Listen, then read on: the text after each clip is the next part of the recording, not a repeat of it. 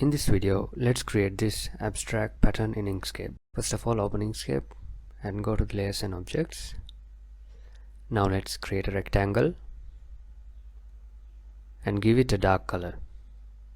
And I'll rename this. Ctrl D to duplicate it, and I will hide and lock the original background.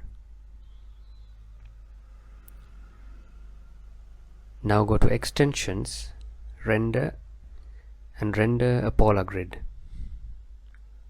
I find the default settings suitable for me. You can play around with the values and apply. Now select that and press Ctrl and Shift and scale it. I'll turn the snapping off and scale it again. Now go to Objects, Align and Distribute, and center it on the page. Now duplicate the grid, Ctrl D, and I will hide the grid for later use, and I'll select the grid and the background. Now go to Shape Builder tool,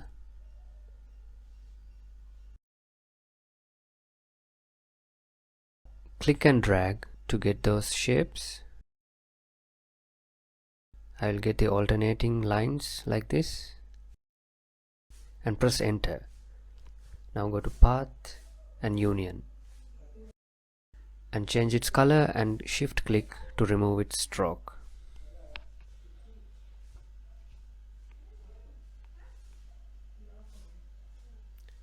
Now make the others visible and duplicate it again.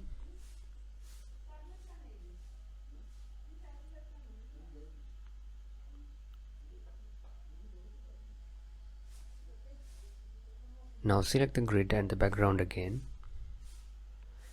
and go to the Shape Builder tool, and now select the alternating row with the alternating segments. I'll make this process faster. Now you can press enter and go to Path, Union, and change its color.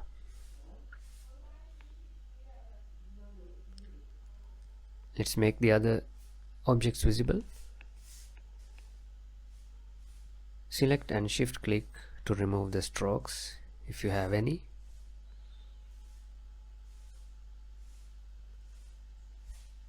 Now select the main lines and hold Ctrl and resize them. Resize it and then rotate it a little bit.